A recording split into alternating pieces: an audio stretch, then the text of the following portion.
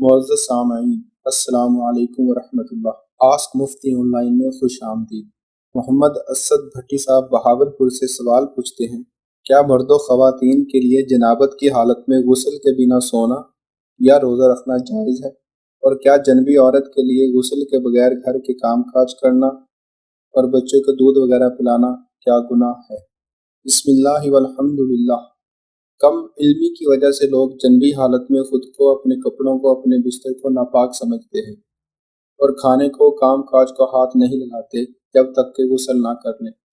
اور خواتین بھی بچوں وغیرہ کو دودھ پلانا، گھر کے دوسرے کام کاج کرنا، ہاتھ لگانا اور خواتین بھی بچوں وغیرہ کو دودھ وغیرہ پلانا، گھر کے دوسرے کام کاج کرنا، کھانے کو ہاتھ لگانا گناہ سمجھتی ہیں، یہ سوچ کر کے وہ ناپاک ہیں۔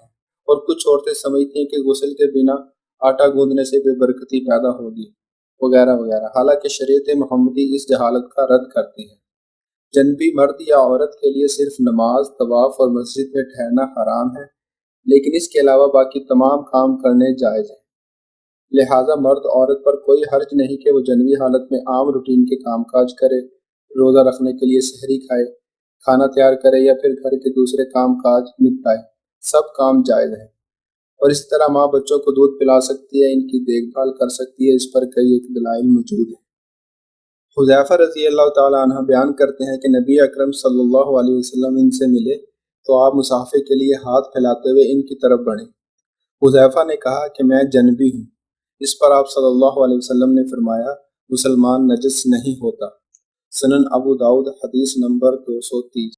اسی طرح ابو ہریرہ رضی اللہ تعالیٰ عنہ بیان کرتے ہیں کہ نبی کریم صلی اللہ علیہ وسلم مدینہ کے ایک راستے میں مجھے ملے تو میں جنبی حالت میں تھا، اس لیے میں وہاں سے کھسک گیا اور جا کر غسل کیا، پھر نبی کریم صلی اللہ علیہ وسلم کے پاس واپس آیا تو نبی کریم صلی اللہ علیہ وسلم نے فرمایا، اے ابو ہریرہ کہاں تھے؟ ابو ہریرہ رضی اللہ تعالیٰ کہتے ہیں کہ میں جنبی حالت میں تھا، اس لیے میں نے پسند نہیں کیا کہ ناپاکی کی حالت میں آپ کے ساتھ بیٹھوں۔ تو نبی کریم صلی اللہ علیہ وسلم فرمانے لگے، سبحان اللہ، مسلمان ہرگز ناپاک نہیں ہوتا۔ صحیح بخاری حدیث نمبر 283، صحیح مسلم حدیث نمبر 371، سنن ابو داؤد حدیث نمبر 231۔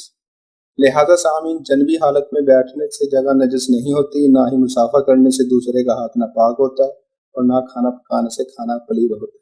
ام المومنین عائشہ رضی اللہ تعالیٰ عنہ کہتی ہیں کہ رسول کریم صلی اللہ علیہ وسلم جنبی ہوتے اور پانی چھوئے بغیر سو جاتے، پھر اس کے بعد اٹھتے اور غسل فرماتے۔ سنن ترمذی حدیث نمبر 118، سنن ابو داؤد حدیث نمبر 228۔ شواہد کی بنا پر یہ حدیث صحیح ہے، اور یہ حدیث غسل اور وضو کے بنا سونے کے جواز کے لیے بھی ہے، یعنی اگر کوئی غسل اور وضو کیے بغیر سونا چاہے تو سو سکتا ہے، وہ گنہگار نہیں ہوگا۔ نافع رضی اللہ تعالیٰ عنہ کہتے ہیں، میں نے ام المومنین ام سلمہ رضی اللہ تعالیٰ عنہ سے اس شخص کے بارے میں پوچھا جو جنابت کی حالت میں صبح کرے اور وہ روزہ رکھنا چاہتا ہو تو اس کے لیے کیا حکم ہے؟ تو انہوں نے کہا، رسول کریم صلی اللہ علیہ وسلم جنبی ہونے کی حالت میں صبح کرتے تھے اور آپ کی جنابت جماع سے ہوتی تھی، نہ کہ احتلام سے، پھر آپ غسل فرماتے، یعنی جنبی حالت میں روزہ رکھتے اور پھر اس روزے کو مکمل کرتے۔ سنن ابی ماجہ حدیث نمبر 1704۔ ابو ہریرہ رضی اللہ تعالی عنہ بیان کرتے ہیں کہ ایک مرتبہ نماز کے لیے اقامت ہو گئی اور لوگوں نے صفیں باندھ لی تو رسول کریم صلی اللہ علیہ وسلم نکلے، یہاں تک کہ جب آپ اپنی جگہ مصلی پر آ کر کھڑے ہو گئے تو آپ صلی اللہ علیہ وسلم کو یاد آیا کہ آپ نے غسل نہیں کیا۔ آپ نے لوگوں سے کہا، تم سب اپنی جگہ پر رہو۔ پھر آپ صلی اللہ علیہ وسلم گھر واپس گئے اور ہمارے پاس واپس آئے تو آپ صلی اللہ علیہ وسلم کے سر مبارک سے پانی ٹپک رہا تھا، اور حال یہ تھا کہ آپ نے غسل کر رکھا تھا اور ہم صف باندھے کھڑے تھے۔ سنن ابی داؤد حدیث نمبر 235، 234 اور 233۔ سامعین، یعنی جنابت کے بعد اور نماز سے پہلے تک آپ صلی اللہ علیہ وسلم غسل کے بنا اپنے روزمرہ کے کام کاج کرتے رہے ہیں۔ ان احادیث مبارکہ سے ثابت ہوا کہ جنبی حالت میں روزہ رکھنا، سونا، کھانا پینا، کام کاج کرنا سب کچھ جائز ہے۔ یہاں کچھ لوگ اعتراض کریں گے کہ یہ تو نبی کریم صلی اللہ علیہ وسلم کے لیے خاص تھا، تو وہ یہ حدیث ملاحظہ فرمائیں۔ اما عائشہ رضی اللہ تعالی عنہا بیان کرتی ہیں کہ ایک آدمی نبی کریم صلی اللہ علیہ وسلم کی خدمت میں کوئی مسئلہ پوچھنے کے لیے آیا اور وہ دروازے کے پیچھے سے سن رہی تھی۔ اس آدمی نے کہا، اے اللہ کے رسول صلی اللہ علیہ وسلم، میں جنبی حالت میں ہوتا ہوں کہ نماز کا وقت ہو جاتا ہے، تو کیا میں اس حالت میں روزہ رکھ سکتا ہوں؟ تو رسول کریم صلی اللہ علیہ وسلم نے فرمایا، میں بھی تو نماز کے وقت جنبی حالت میں اٹھتا ہوں، تو میں بھی تو روزہ رکھتا ہوں۔ تو اس آدمی نے کہا، اے اللہ کے رسول صلی اللہ علیہ وسلم، آپ ہماری طرح تو نہیں ہیں، آپ کے تو اگلے پچھلے گناہ اللہ تعالیٰ نے معاف فرما دی ہیں۔ تو آپ صلی اللہ علیہ وسلم نے فرمایا، اللہ کی قسم، مجھے امید ہے کہ میں تم میں سب سے زیادہ ڈرنے والا ہوں، اور میں تم میں سب سے زیادہ جانتا ہوں ان چیزوں کو جن سے بچنا ہے۔ صحیح مسلم کتاب الصیام حدیث نمبر 1110۔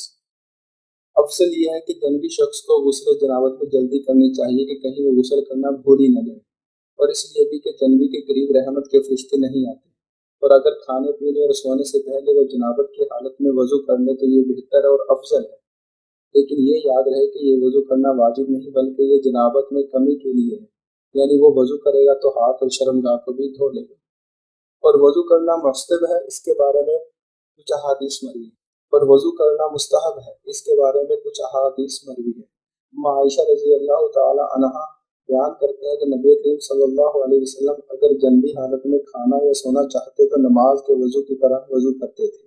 صحیح مسلم حدیث نمبر 305۔ ابن عمر رضی اللہ تعالی عنہما بیان کرتے ہیں کہ عمر بن خطاب رضی اللہ تعالی عنہ نے رسول کریم صلی اللہ علیہ وسلم سے پوچھا کہ ہم میں سے کوئی ایک جنابت کی حالت میں سونا چاہے تو جنبی حالت میں سو سکتا ہے؟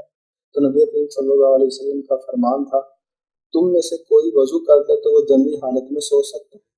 صحیح بخاری حدیث نمبر 287 اور صحیح مسلم حدیث نمبر 306۔